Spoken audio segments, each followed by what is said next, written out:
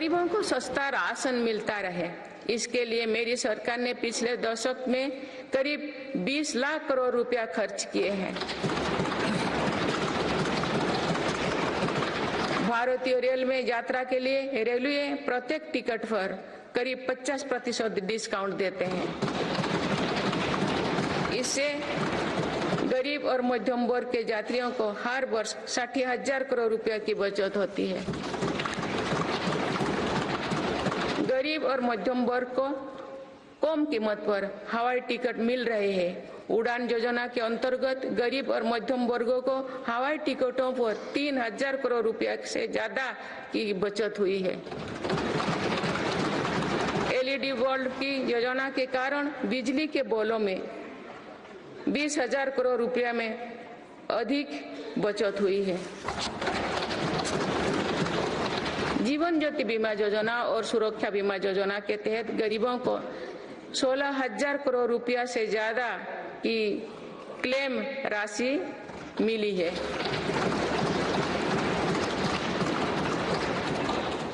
माननीय सदस्यगण, नारी शक्ति का सामर्थ्य बढ़ाने के लिए मेरी सरकार हर स्तर पर काम कर रही है। इस वर्ष की गणतंत्र दिवस परेड भी नारी शक्ति के लिए समर्पित थी।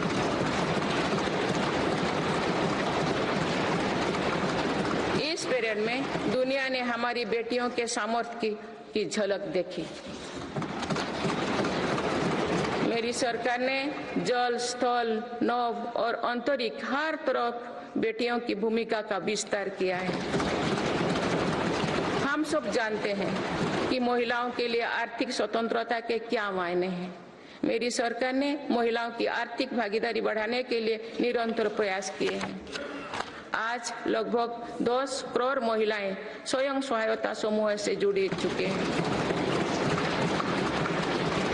इन समूहों को 8 लाख करोड़ रुपया बैंक लोन और 40,000 करोड़ रुपया की आर्थिक सहायता दी गई है। मेरी सरकार 2 करोड़ महिलाओं को लाखपति दीदी बनाने का अभियान चला रही है।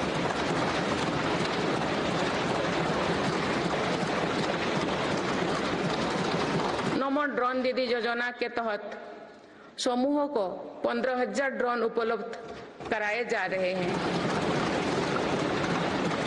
मातृत्व अवकाश 12 सप्ताह से बढ़ाकर 26 सप्ताह करने से देश की लाखों महिलाओं को बहुत मदद मिली है। मेरी सरकार ने महिलाओं की पहली बार सशस्त्र बलों में परमानेंट कमीशन दिया गया है। पहली बार सैनिक स्कूलों और राष्ट्रीय रक्षा अकादमी में महिला कैडेट्स के प्रवेश दिया गया है। आज महिलाएं फाइटर पायलट भी है और नौसेना के जहाज को भी पहली बार कमांड कर रहे हैं। मुद्रा योजना के तहत जो 40 करोड़ से ज्यादा लोन दिए गए हैं, उनमें करीब 31 करोड़ से ज्यादा लोन महिलाओं को मिली है। इस योजना से लाभ लेकर करोड़ों महिलाओं ने स्वरोजगार शुरू किए हैं। माननीय सदस्यगण, मेरी सरकार आज खेती को अधिक लाभकारी बनाने पर बल दे रही है। हमारा ये प्रयास है कि खेती में लागत कम हो और लाभ अधिक हो। मेरी सरकार ने पहली बार 10 करोड़ से अधिक छोटे किसानों को भी देश की कृषि नीति और योजनाओं में प्रमुखता दी है। पीएम किसान सम्मान निधि के तहत अब तक 2,80,000 करोड़ रुपया किसानों को मिल चुके हैं।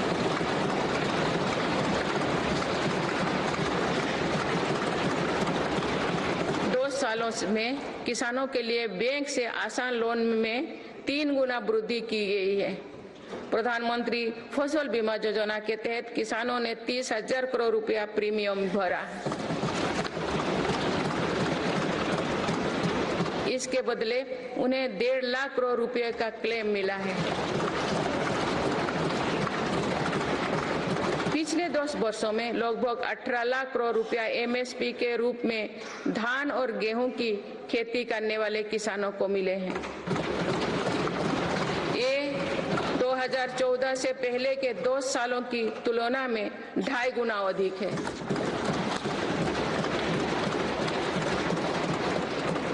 पहले तिलहन और दलहन फसलों की सरकारी खरीदी नहीं की बराबर थी। पिछले दशकों में तिलहन और दलहन की खेती करने वाले किसानों को एमएसपी के रूप में 1.25 लाख करोड़ रुपया मिले हैं।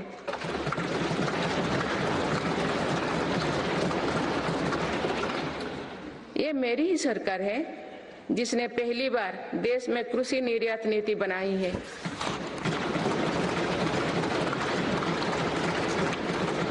इससे एग्रीकल्चर एक्सपोर्ट 4 लाख करोड़ रुपया तक पहुंचा है। किसानों को सस्ती खाद मिले, इसके लिए 10 सालों में 11 लाख करोड़ रुपया से अधिक खर्च किए गए हैं।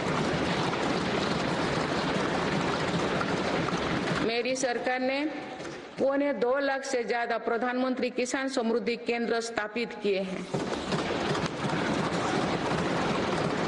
अभी तक लगभग 8,000 किसान उत्पादक संघ एफपीओ बनाए जा चुके हैं।